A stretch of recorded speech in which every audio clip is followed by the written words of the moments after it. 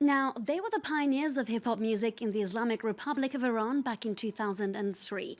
13 years on, they're still #1 in the Iranian downloads charts with more than 1 million likes on Facebook and followers exceeding 500,000 on Instagram. That's for each member.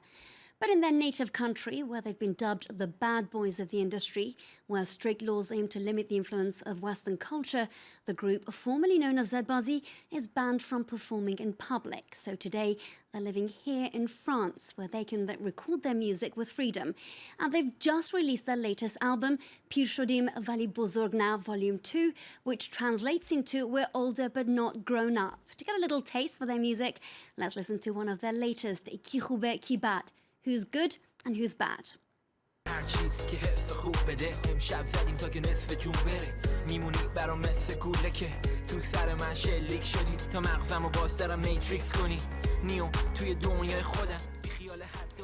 Now, we're joined in the studio by one of the artists behind that clip, Alireza JJ. Alireza, thank you very much for joining us. Now, for those that aren't familiar with your music, can you tell us how you all started out?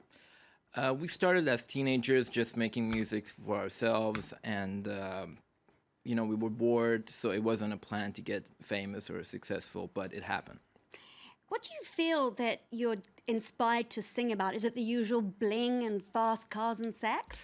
It's pretty much a lot of that because we were influenced by American hip-hop, but what we try to do is put Iranian culture in there, French culture a lot because we grew up in France from age of 17 and 18.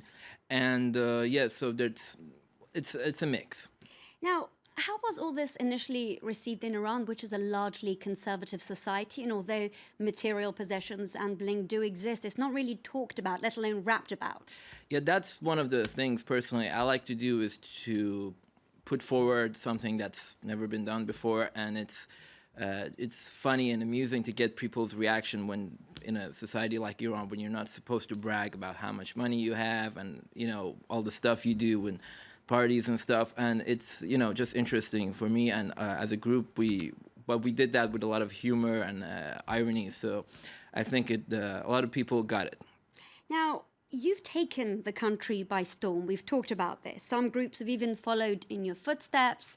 They've actually made a slight transition from Iran's traditionally melancholic music to something slightly more positive and upbeat. What's that like?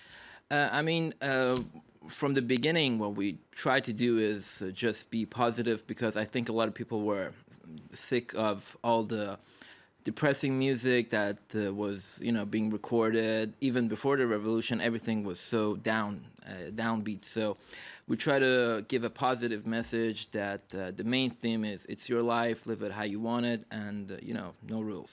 Now, you're known as one of the sort of main hip-hop influencers in your country, but you don't actually have permit to perform there. Yeah. How does that make you feel?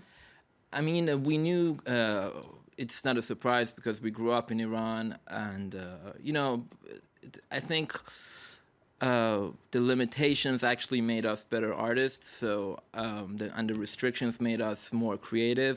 So I'm not complaining.